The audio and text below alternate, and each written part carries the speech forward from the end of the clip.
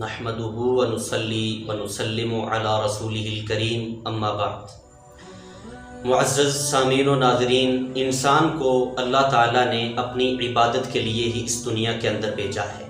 اس لیے انسان کو چاہیے کہ وہ ایک ایک لمحہ اللہ تعالیٰ کی منشا اور مرضی کے مطابق گزارے اور اللہ رب العالمین کی عبادات کے ذریعے اللہ کا قرب حاصل کرنے کی پوری کوشش کرے۔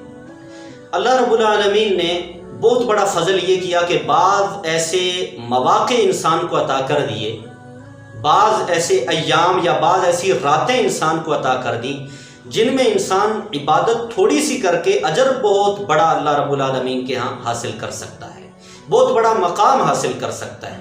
انہی ایام میں سے ماہ ذوالحجہ کے ابتدائی 10 دن ہیں جن کی فضیلت قرآن میں بھی ہے، احادیث میں بھی ہے۔ اللہ تعالیٰ نے قرآن میں والفجر ولیال عشر یعنی ان 10 راتوں کی قسم کھائی ہے، اور جمہور مفسرین کے نزدیک ان 10 راتوں سے مراد ماہ ذوالحجہ کی ابتدائی 10 راتیں ہیں۔ تو کسی بھی چیز کی قسم کھانا یہ اس کی اہمیت پر بہت بڑی دلیل ہوتی ہے۔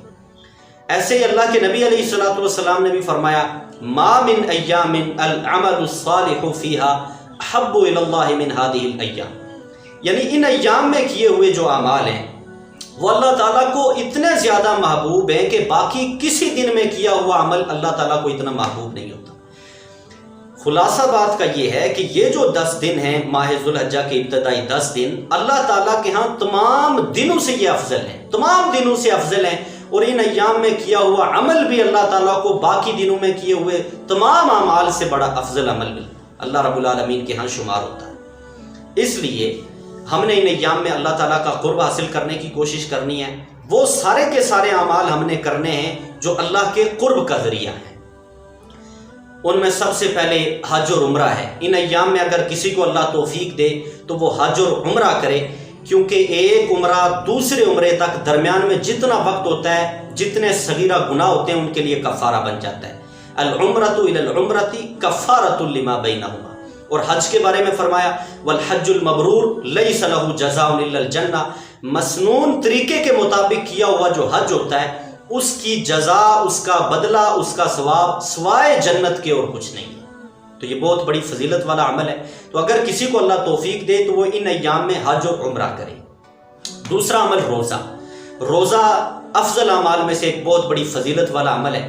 نبی علیہ الصلوۃ والسلام نے فرمایا ما من عبد یصوم یوما فی سبیل اللہ، جو آدمی فی سبیل اللہ اللہ کے راستے میں نکل کر ایک روزہ رکھے گا، اس ایک روزے کی وجہ سے اللہ تعالیٰ اس کے چہرے کو 70 سال کی مسافت جہنم سے دور کر دیتے۔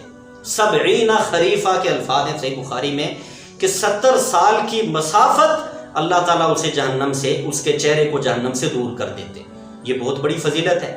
تو ان ایام میں ہم نے روزے رکھنے کی پوری کوشش کرنی ہے۔ نبی علیہ الصلوۃ والسلام ان ایام میں پہلے 9 روزے رکھا کرتے تھے۔ ماہ ذوالحجہ کی ابتدائی 10 دنوں میں پہلے 9 روزے اللہ کے نبی علیہ الصلوۃ والسلام رکھا کرتے تھے۔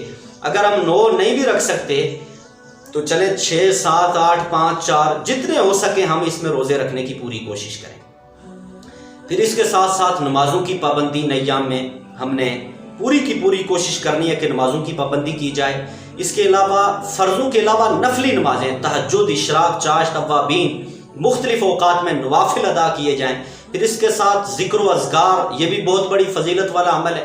اللہ رب العالمین نے ذکر کرنے کا خصوصی حکم قرآن مجید نے دیا ہے، یا ایھا الذین آمنوا اذکروا اللہ ذکرا کثیرا، کہ اللہ تعالیٰ کو بہت زیادہ یاد کیا کرو۔ تو اذکار میں سبحان اللہ والحمد للہ ولا الہ الا اللہ واللہ اکبر ولا حول ولا قوت الا باللہ، یہ بڑے فضائل رکھنے والے یہ چھوٹے چھوٹے اذکار ہیں، ان کو پڑھا جائے۔ پھر ذوالحجہ کا چاند نظر آنے کے بعد 13 ذوالحجہ کی عصر تک اللہ اکبر لا الہ الا اللہ واللہ اکبر وللہ الحمد، یہ تکبیرات کثرت سے پڑھیں۔ نمازوں کے بعد اٹھتے بیٹھتے چلتے پھرتے بازاروں میں یہ آپ پڑھتے جائیں۔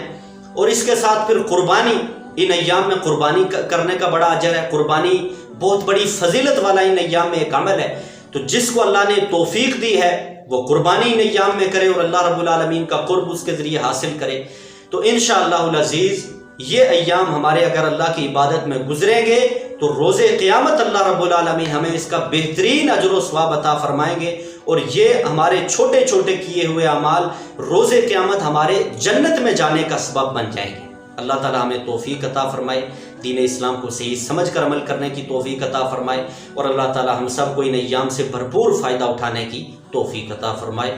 وما علینا الا البلاغ المبین۔